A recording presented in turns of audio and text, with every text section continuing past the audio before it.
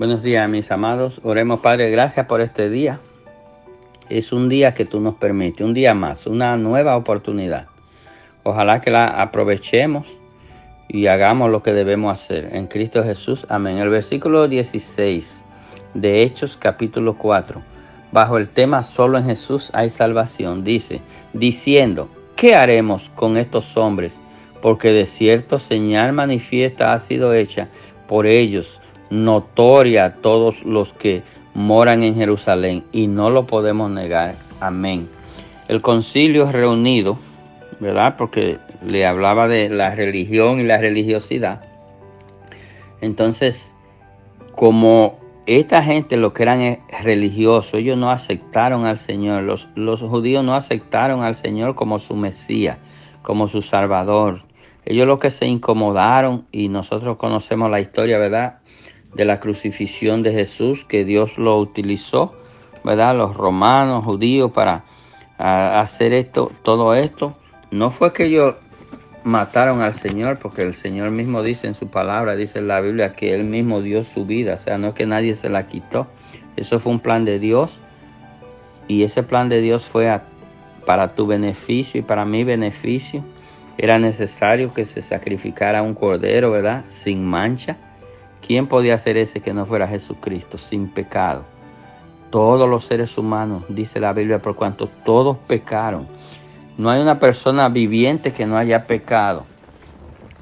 Y los que mencionan a personas que nacieron sin pecado, eso es falso. La Biblia no enseña que hay personas que hayan nacido sin pecado. La Biblia lo que enseña es que todos pecaron. La única persona que nació sin pecado, porque fue concebida por el Espíritu Santo, fue el Señor Jesucristo y nadie más. Por eso el Señor Jesucristo es la propiciación por nuestros pecados, el único que podía, el único que pudo, el único que su sacrificio es imputado a ti. Es el sacrificio de Cristo, no es el sacrificio de nadie más. No importa cómo la gente le llame, ni importa dónde lo hayan puesto. Eso lo ha puesto la gente. Ahora, la Biblia le ha dado ese lugar de intercesor a Cristo, nada más.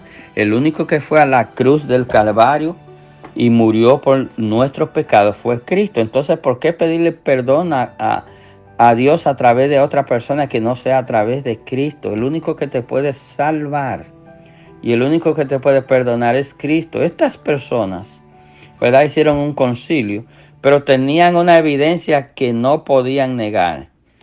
Ellos conocían el cojo, ¿verdad?, que mencionó la historia, y sabían que era cojo de nacimiento, y sabían que no podía caminar, y ellos fueron testigos de verlo caminando, ver el milagro que hicieron Pedro y Juan. El Señor, en ocasiones, cuando tuvo que demostrar el poder de Dios a través de algún milagro, lo hizo.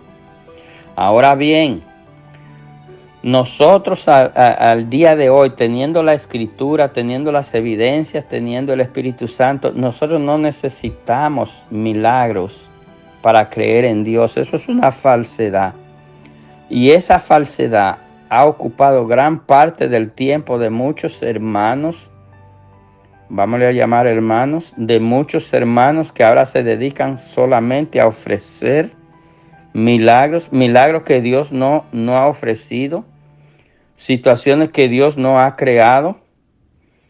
Entonces, Dios sigue siendo poderoso, pero Dios no tiene que demostrar su poder. Dios es poderoso y punto. Si tú quieres creer en el poder de Dios, Dios tuvo poder para levantar a Cristo de los muertos, ¿verdad? Sacarlo de la tumba, resucitarlo. Dios tiene poder de resucitarnos a nosotros, porque solo con una voz de mando y con voz de trompeta, el día que el Señor venga, los que estén o estemos muertos seremos despertados. Ahí está el poder de Dios. Pero nosotros no necesitamos que Dios nos quite un dolor de cabeza para saber que Dios es poderoso.